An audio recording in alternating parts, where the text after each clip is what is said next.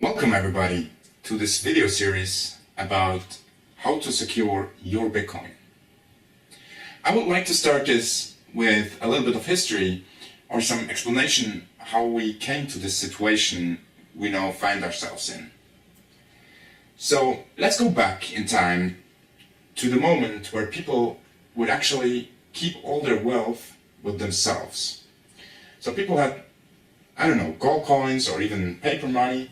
They had it all at home and they would secure it themselves. And that was a major risk to these people, because if you imagine every household having some money in it, then of course there is a lot of theft going on.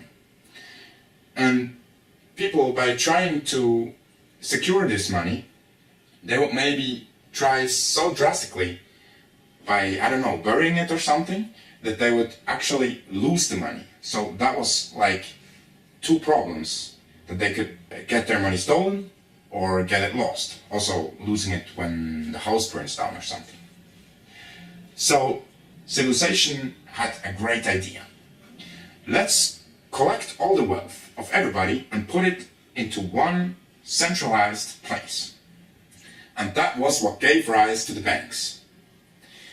Because it was much easier. Like, if we have only this single place, or maybe it was like 4 of them in a city, it doesn't really matter, but certainly much less, we could really take care of these places by making them secure against theft with safes and security guards 24/7 and all this stuff.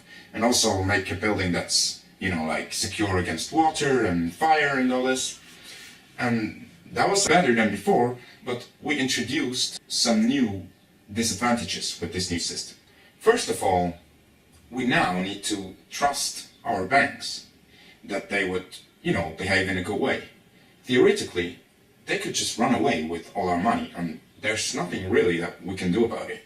Also, what is kind of crazy if you think about it is that the banks can actually deny you access to your own money.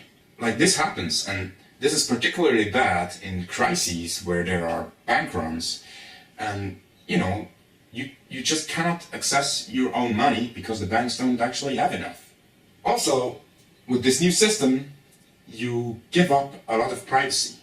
The people at the bank, they know exactly how much money you have, or maybe even if you have debts or whatever, and you just have to trust them not to do any bad with this information. And then, because this banking system became so important, the banks got really powerful. And the banks can now exclude people from the banking system. And this happens. A very famous example is WikiLeaks, that was cut out from the banking system, and from one day to the other couldn't receive any donations anymore. I think this is really like a crime on humanity, because I'm totally fine if you don't like WikiLeaks or if you don't want to give them any money. That's up to you. But that's exactly what it is. It's up to you and not to the banks. You should be able to decide where your money goes and where not. Then, of course, another disadvantage is that the banks, for their services, for securing your money, they charge you a fee. And then there is another big problem that is not discussed that often, but it's actually the biggest. And that is that since we give all our wealth collectively to the banks, we gave the banks the power to create money out of thin air through fractional reserve banking. Now, this is a whole other story and we won't get into this. But I think for you it's important to see that there are really some disadvantages that came with the banking system. Fortunately, in 2009, Satoshi Nakamoto brought us Bitcoin.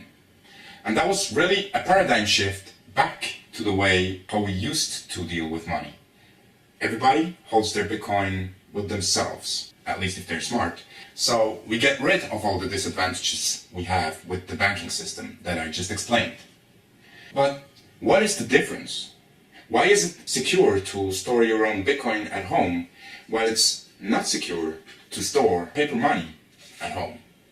Well, Bitcoin works in a different way than paper money. For the first time in human history, it is now possible to, in a sense, back up your Bitcoin or encrypt them. So in order not to lose them, you back them up. You have different copies in different places.